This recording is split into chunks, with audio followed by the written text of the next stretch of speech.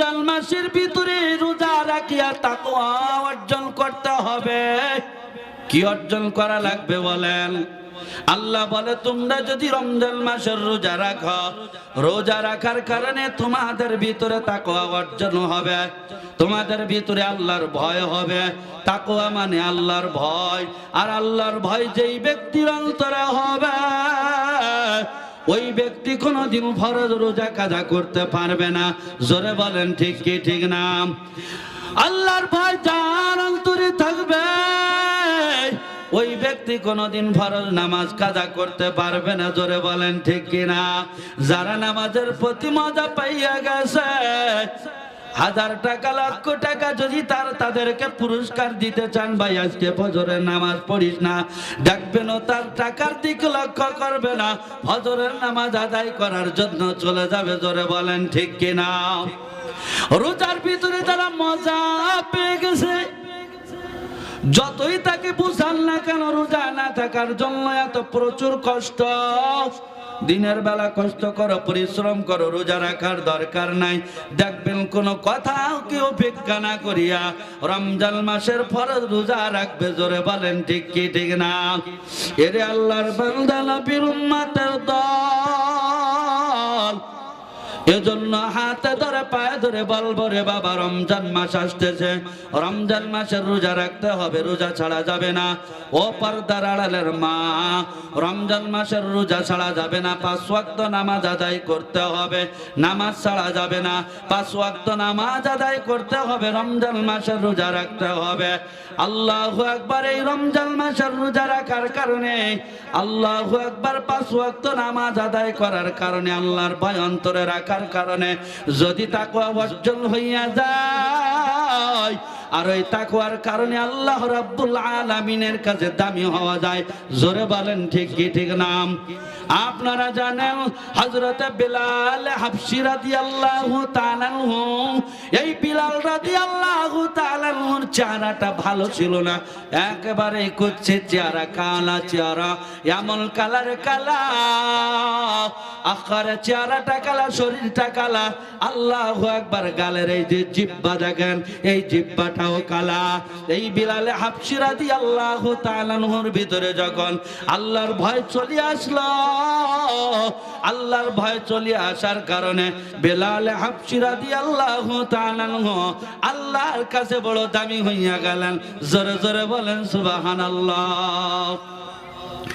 আমার ভাইরা রে, এই বিলাল হাবশী রাদিয়াল্লাহু তাআলা আনহু আল্লাহর কাছে দামি হইয়া গেলেন। বিলাল হাবশী রাদিয়াল্লাহু তাআলা আনহু আল্লাহর ভয় অন্তরের ভিতরে চলে আসলো। মনে মনে চিন্তা করলো, আমি আর বিধর্মী থাকতে পারি না, আমাকে কালেমা পড়তে হবে, মুসলমান হইতে হবে। আখিরি জামানার পয়গম্বর, দোজাহানের বাদশা, রাহমাতুল লিল আলামিন নবীর উপরে ঈমান আনতে হবে, কালেমা পড়তে হবে। হযরত বিলাল রাদিয়াল্লাহু তাআলা আনহু তাকওয়া নিয়ে আস্তে করে আল্লাহর নবীর দরবারে চলিয়া গেলেন।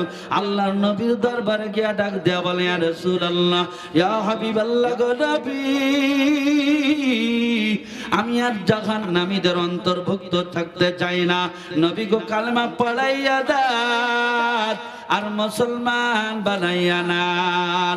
হযরত বিলাল হাবশী রাদিয়াল্লাহু তাআলা আনহু আল্লাহর নবীর হাতে হাত দিলেন, কালেমা পড়ে মুসলমান হইয়া গেলেন।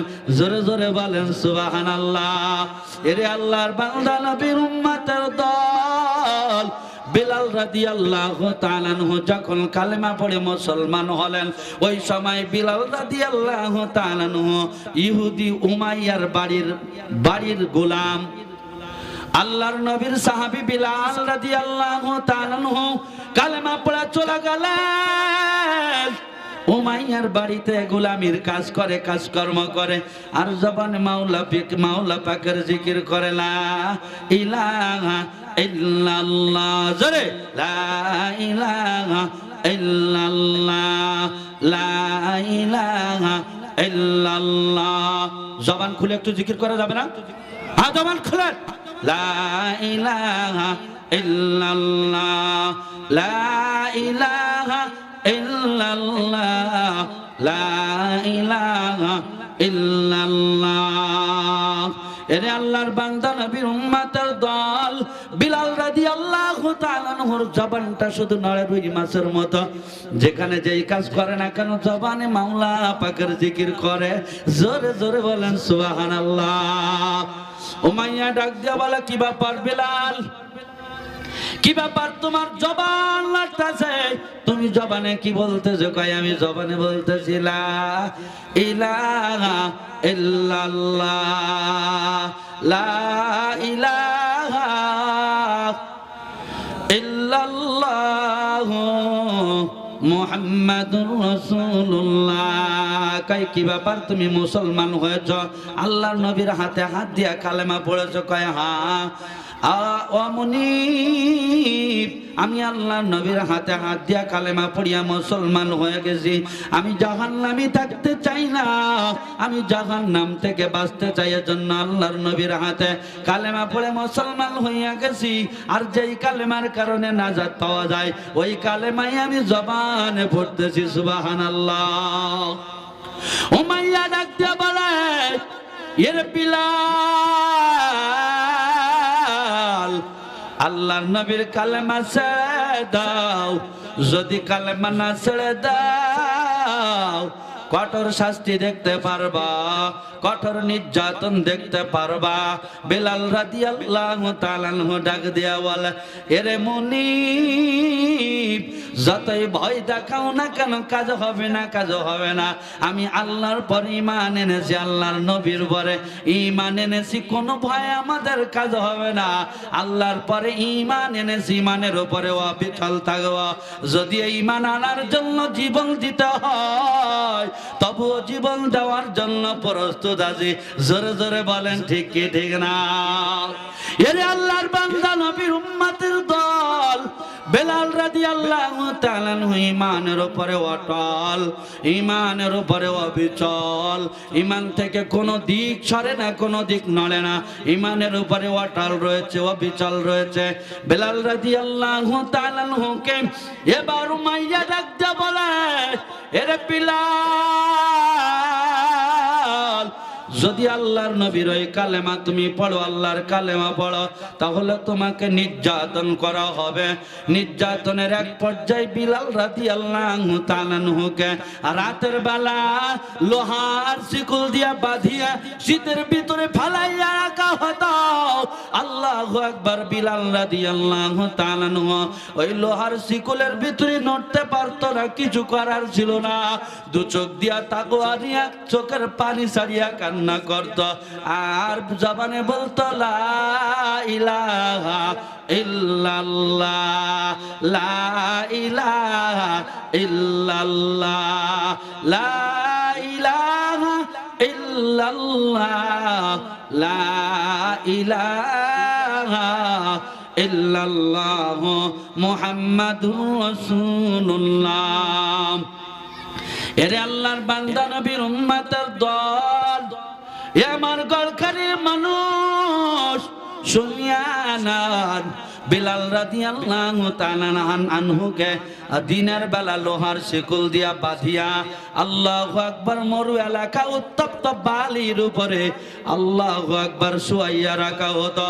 আর বিলালকে বলা হতো, রে বিলাল, আল্লাহর পরে যে ঈমান এনেছ, আল্লাহর নবীর পরে ঈমান এনেছ, ওই ঈমান ছাড়িয়া দাও। ও বিলাল, আর তোমাকে কষ্ট দেওয়া হবে না, নির্যাতন করা হবে না, তোমাকে চিকিৎসা করিয়া সুস্থ করানোর ব্যবস্থা করা হবে। ও বিলাল, তুমি যা চাও তাই দেওয়া হবে। ও বিলাল, তুমি যদি রাজত্ব চাও রাজত্ব দেওয়া হবে। বিলাল রাদিয়াল্লাহু তাআলা আনহু ডাক দিয়া বলে, আমার দুনিয়ার রাজত্ব খানা, আসমানের চাঁদ যদি আমার ডান হাতে দেওয়া হয়, আর আসমানের সূর্য যদি আমার বাম হাতে দেওয়া হয়, আমি এর থেকে দামি সম্পদ ঈমান পাইয়া গেছি, কালেমা পড়িয়া নেছি। আমি আমার ওই ঈমান থেকে, মুসলমানিয়াত থেকে, কালেমার থেকে এক জাররা মাত্র দূরে সরব না। জোরে জোরে বলেন সুবহানাল্লাহ।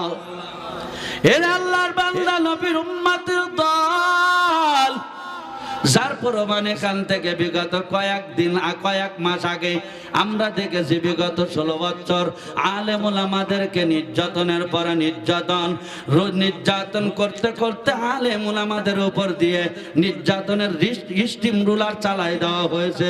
জোরে বলেন ঠিক কি ঠিক না? আপনারা দেখেছেন হযরত মাওলানা মুফতি আল্লামা মামুনুল হক সাহেব, এত বড় সুন্দর দেহের মালিক, আল্লাহু আকবার, ওই সুন্দর সুঠাম দেহওয়ালা মানুষটাকে জেলের ভিতরে বন্দি করে এমন নির্যাতন করা হয়েছে।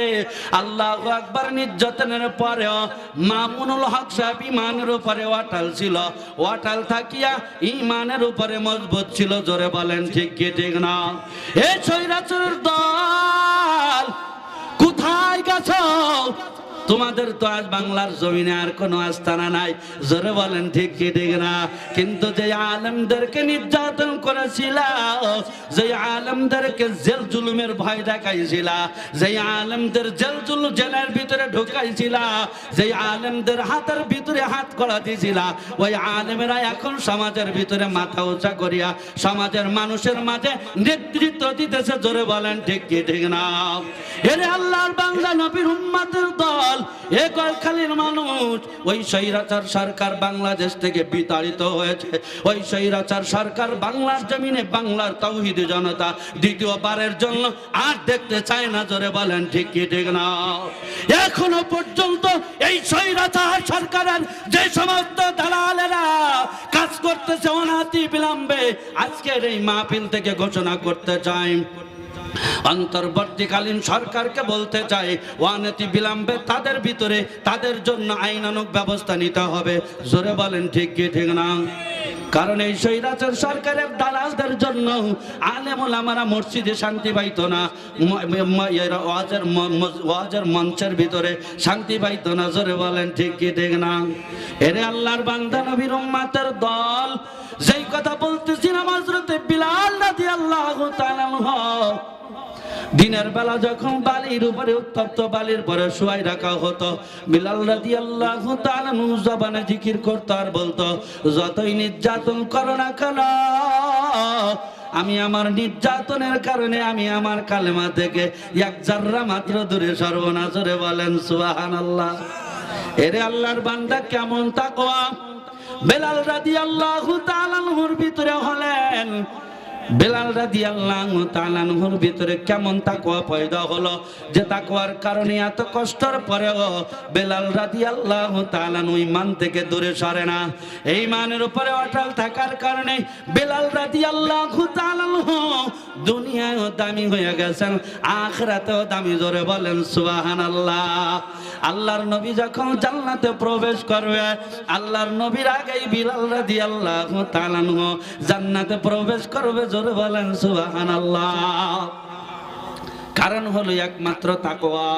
এই তাকওয়ার কারণেই বিলাল রাদিয়াল্লাহু তাআলা আল্লাহর কাছে দামি। জোরে বলেন ঠিক কি ঠিক না? বিলাল রাদিয়াল্লাহু তাআলা মসজিদে নববীর ভিতরে আযান দিতেন। বিলাল রাদিয়াল্লাহু তাআলা জিহ্বাটা একটু ছোট ছিল, আলা জিহ্বা যাকে বলা হয়। এই জিহ্বাটা ছোট থাকার কারণে বিলাল রাদিয়াল্লাহু তাআলা আযানের ভিতরে আশহাদু আল্লাহ, এই আশহাদু আল্লাহ সুন্দরভাবে উচ্চারণ করতে পারতো না, এখানে বলতো আশহাদু আল্লাহ। এই আশহাদু আল্লাহ বলার কারণে মসজিদে নববীর মুয়াজ্জিন মুসাল্লির আল্লাহর নবীর কাছে ডাক দিয়া বলে, ইয়া রাসূলুল্লাহ, ইয়া হাবিবাল্লাহ, আপনি তো জাহানের বাদশা রাহমাতুল লিল আলামিন নবী। ইয়া রাসূলুল্লাহ, ইয়া হাবিবাল্লাহ, আপনি যেই মসজিদের ইমাম, ওই মসজিদের মুয়াজ্জিনরা ভালো না হলে চলে না। এই জন্য বিলাল রাদিয়াল্লাহু তাআলা আনহুর আযানটা সুন্দর না। একটা সুন্দর কণ্ঠওয়ালা, সুন্দর জবানওয়ালা মানুষকে যদি মসজিদে নববীর মুয়াজ্জিন বানানো হয় তাহলে ভালো হয়। আল্লাহর নবী বুঝতেছে বেলালের তাকওয়া। জোরে বলেন ঠিক কি ঠিক না? আল্লাহর নবী এই কথার উপরে এই কথাটা মানতে রাজি না, কিন্তু মুসাল্লিরা বারংবার বলতেছে, ইয়া রাসূলুল্লাহ, যদি ভাই বিলালকে পরিবর্তন করিয়া দিতেন যদি অন্য একজন সুন্দর মুয়াজ্জিন নিযুক্ত করতেন, ইয়া রাসূলুল্লাহ ইয়া হাবিবাল্লাহ, কতই না সুন্দর হতো। এরে আল্লাহর বান্দা, নবীর উম্মতের দল বারবার আল্লাহর নবীকে বলার পর আল্লাহ নবী একদিনকে সাহাবীদের সম্মুখে ঘোষণা দিলেন, ঠিক আছে, আপনারা যখন বলতেছেন, আজকের থেকে আমি ভাই বিলালকে বলিয়া দিব, আর বিলাল আগামীকাল ফজর থেকে আজান দিবে না। এরে আল্লাহর বান্দা, নবীর উম্মতের দল, নবী আমার মনের ভিতরে বেদনা নিয়ে বিলালকে ঈশান নামাজের পর ডাক দিয়া বলে, বেলাল, আর আগামীকাল থেকে আপনাকে ফজরের আযান দেওয়া লাগবে না। আল্লাহর নবী যখন বিলাল রাদিয়াল্লাহু তাআলা আনহু কথা বলে দিলেন, বিলাল রাদিয়াল্লাহু তাআলা আনহু মসজিদে নববীর ভিতরে ঈশার নামাজের সুন্নাত আদায় করলেন, বেতের আদায় করলেন। সব মুসাল্লিরা বাড়ি চলে গেল, কিন্তু বিলাল রাদিয়াল্লাহু তাআলা আনহু বাড়িতে যায় না। মসজিদে নববীর কিনারার ভিতরে বসিয়া, কাতারের ভিতরে বসিয়া নামাজ আদায় করে, আর নামাজ আদায় করিয়া দুহাত উঠাইয়া আল্লাহরে ডাক দেওয়া বলে, ওরে দয়ার আল্লাহ, আমি বিলাল, আমার চেহারাটা খারাপ, এই জন্য আজকের আমার মুয়াজ্জিনের খাতা থেকে নামটা কাটিয়া দিল। ওরে দয়ার আল্লাহ, আমি বিলাল, আমার জবানটা তুতলা, আমি তো তুতলা হয় নাই। ওরে দয়ার আল্লাহ, তুমি তো আমাকে তুতলা বানাইছ, আর আমি তুতলা থাকার কারণে আজকের মসজিদে নববীর মুয়াজ্জিন থেকে আমার নামটা কাটিয়া গেল। আমার বংশের কোনো বড়ত্ব নাই, বংশের বড়ত্ব না থাকার কারণে আমার মসজিদে নববীর মুয়াজ্জিনের তালিকা থেকে নাম কাটিয়া গেল।